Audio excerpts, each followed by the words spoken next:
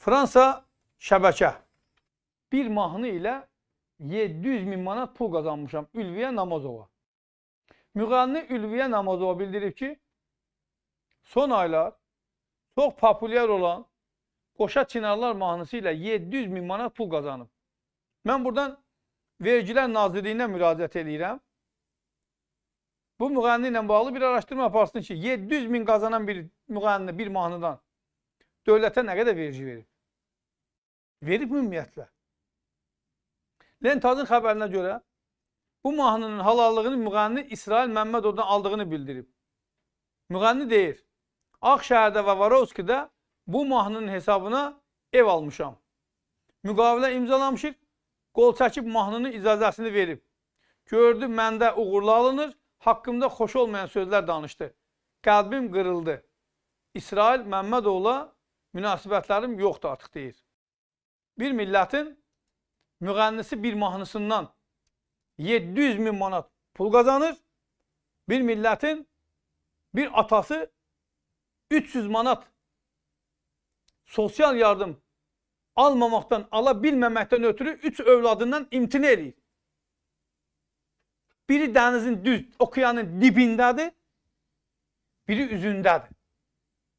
Biri gəmi ilə üzür, biri düz dibdə qaranlıqdadır. Bax, budur dövlətin ədaləti. Azərbaycan hökumətinin ədaləti budur. Acından olan bir ailəyə ünvanlı sosial yardım almaması üçün o qədər min cür fırıldaqlar orada düzüb qoşublar, o qədər əngəllər yaradıblar ki, onu almaq mümkün deyil. Ünvanlı sosial yardımı Sahil Babayev o adamlar alırlar ki, həqiqətən o adamların ehtiyacı var. Yoxsulluq həddindən atladılar bunlar. Kasıblılıq nədir bilmirlər. Bunlar yoxsuldular. Sən sonra yoxsulun 300-400 manatını kəsirsən, vermirsən. Mən o gün qeyd elədim, bir daha təkrar edirəm ki, bir uşağı olan ana gedir 389 manat ünvanlı sosial yardım alır. 380 manat. Atanın əmək haqqısı ilə toplu ilə verirlər. Ananın ikinci övladı olur. İkinci övladdan yana ana müraciət eləyəndə ki, mənim ikinci övladım olubdur. Sosial Təminat Nazirliyi həmin verilən yardımı kəsir, yəni birincini. Gəlir sonradan təkrar yoxlamaya 6-7 ay, bəzən 1 il süründürür. Verəcək, verməyəcək də bəlli olmur. Ona görə də ana nə edir? Ana qorxusundan ikinci uşağı üçün Sosial Müdafiə Nazirliyinə müraciət eləyə bilmir. Qanun belə olmur. Hörmətli sahibə xanım, parlament, deputatlar, qanun belə olmur. Ona görə Sabir Üstəxanlı deyir ki, gətdiyiniz qanunları başa düşmürük. Nə yazılsız anlayamırıq, amma əl qaldırırıq ona. Anlamadıqları qanuna əl qaldıracaq parlamentin deputatları. Çünki niyə? Qanun belə baş ayaqdır. Övlad olan kimi sən sadəcə məlumatlandırmalısan dövlət qurumu ki, mənim ikinci övladım oldu, xahiş edirəm, gəlin yoxlayın. Ta birincinin pulunu kəsməməlisən sən.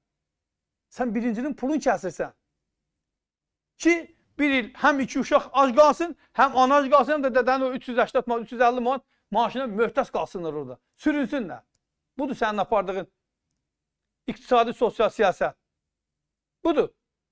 Sosial dövlətlə əlində 7 milyard pul olan Sahil Babayev. 7 milyard. Hələ mən bunun 7 milyardın faiz dərəcələrini demirəm. Görün nə qədər faiz gəlir o pulun üstünə. Ağalar demir Sürdəriyə. Yeganə xanım. Azərbaycan parlamentində qəbul edirlər bu qanunu və oradan buradan kötürdürlər. Anlamadıkları şeyi əl qaldıraraq qəbul edib verirlər cəmaatın öhdəsinə və cəmaatın evini yıxırlar.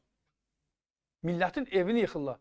Ondan dolayıdır ki, bugün bir ata parçalana, onun ürəyi parçalama, o ana gör nələr çəkimindir. 3 övladından imtina edir. Çünki saxlamaq mümkün deyil. Həqiqətən çətindir.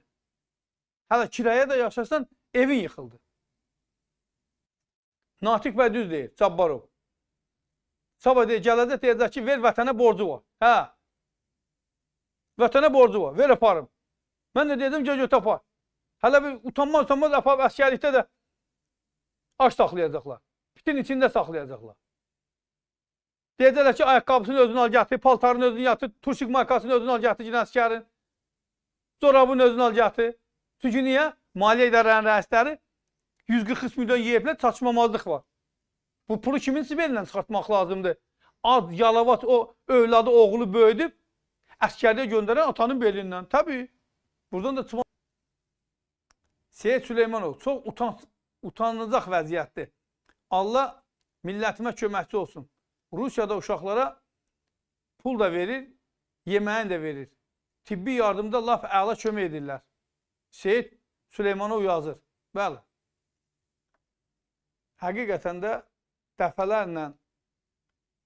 dəfələrlə bir məsələnin üstünə gedirəm. Azərbaycanda demoqrafik soyqırım gedir hal-hazırda. Uşaqların sayının azalması, gələcəkdə sərhədlərin qorunması, uşaq bağçaları, orta məktəb, ticarət şəbəkələri, nə bilim, sənaye malları, yeyinti, ərzaq, hər şeydə sıxıntı yaradacaqdır ölkədə.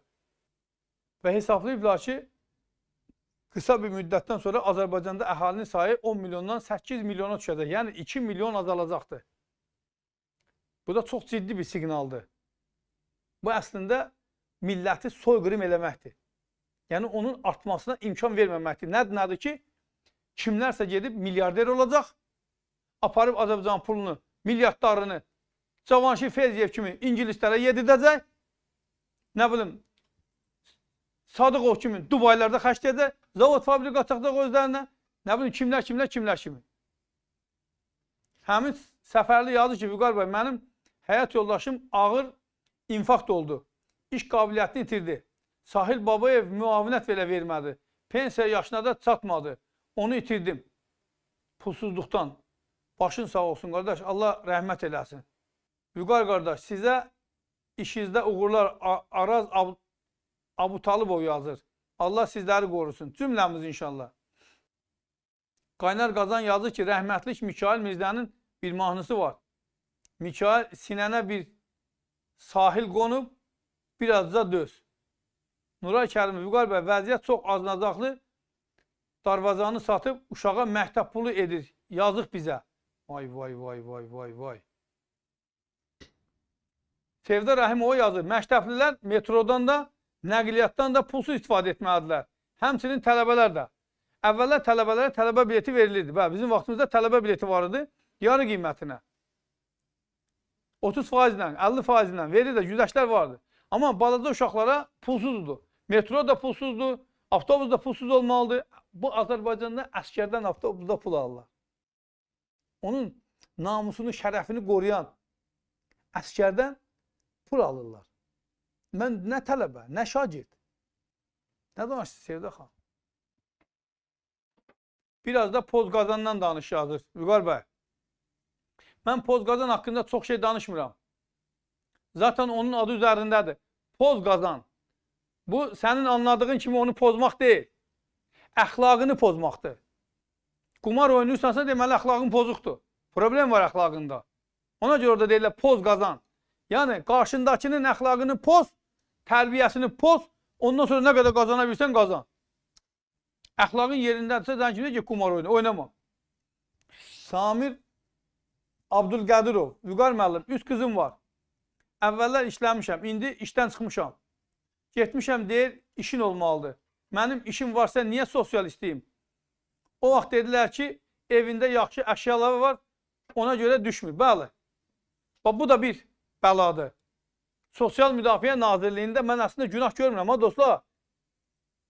Biz Sahil Babayev üzərində gedirik, ha. Hersimizdən gedirik. Çünki Sahil Babayev əgər həqiqətən də bu milləti çox istəsən, parlamentin qarşısında o məsələni qaldırar ki, ay deputatlar, yatmışlar, ailin, sizin qəbul elədiniz qanunla bu millət acından ölür, kişi. Sahil Babayev işte demək olmuş ki, Sahil Babayev deyir ki, qardaş, mən yazıbsan, qanun veribsən əlimə, ola, budur ona. Yazıbsan ki, iş yeri olmadan vətəndaşa ünvanlı sosial yardım vermə. İş yerində yoxdur. Yəni, bu demək lazımdır, o deməkdir ki, vətəndaş, əli ayağı uzat, öl. Bizdə də maşallah üz bərtdir, ölmürük. Bərtbət durmuşuq.